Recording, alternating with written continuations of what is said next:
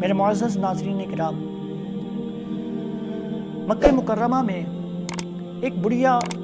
ریتا بنت سعد کرشیہ نام کی رہتی تھی۔ وہ بڑھیا اس کے مزاج کے اندر فطور اور عقل میں وہم ہوا کرتا تھا۔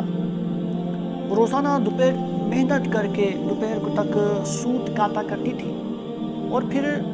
ظہر کے بعد دوپہر کے بعد وہ اسی سوت کو توڑنا شروع کر دیا کرتی تھی اور اپنی باندیوں سے بھی تڑوایا کرتی تھی۔ اللہ تبارک و تعالیٰ نے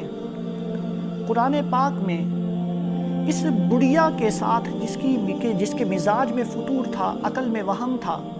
اس بڑھیا کے ساتھ اللہ تبارک و تعالیٰ نے ان لوگوں کو تشبیہ دی ہے کہ جو لوگ اللہ کی قسمیں کھا کر اللہ کا عہد کر کے توڑ دیا کرتے ہیں،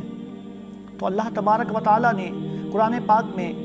اپنی قسمیں کھاتے ہیں، اللہ کی قسم کھاتے ہیں، اس کا عہد کرتے ہیں، وہ قسم کھا کر توڑنے والوں کو اللہ تبارک و تعالیٰ نے قسمیں توڑنے سے منع فرمایا۔ اللہ تبارک و تعالیٰ قرآن پاک میں ارشاد فرماتا ہے وَأَوْفُوا بِعَهْدِ اللَّهِ إِذَا عَاهَدتُّمْ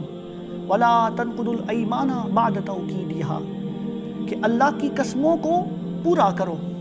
وَلَا تَنْقُضُوا الْأَيْمَانَ بَعْدَ تَوْكِيدِهَا، اور قسمیں مضبوط کرنے کے بعد نہ توڑو۔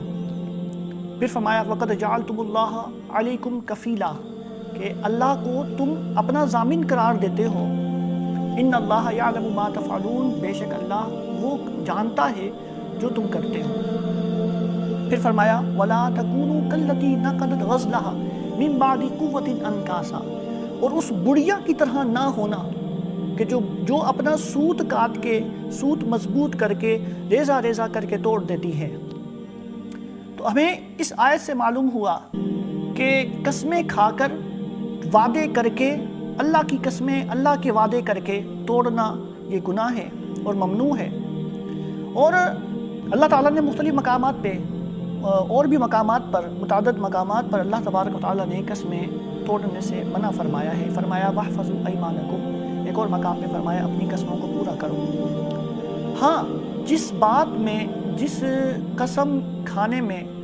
یا کوئی ایسی قسم یا ایسی بات جس کو توڑنا ہی بہتر ہو یا جو شریعت کے خلاف ہو، اگر شریعت کے خلاف قسم کھا لی یا ایسی چیز پر قسم کھائی کہ جس کا توڑنا بہتر ہے، تو علماء فرماتے ہیں کہ ایسی قسم کو توڑ دینا چاہیے اور اس کا کفارہ ادا کر دینا چاہیے۔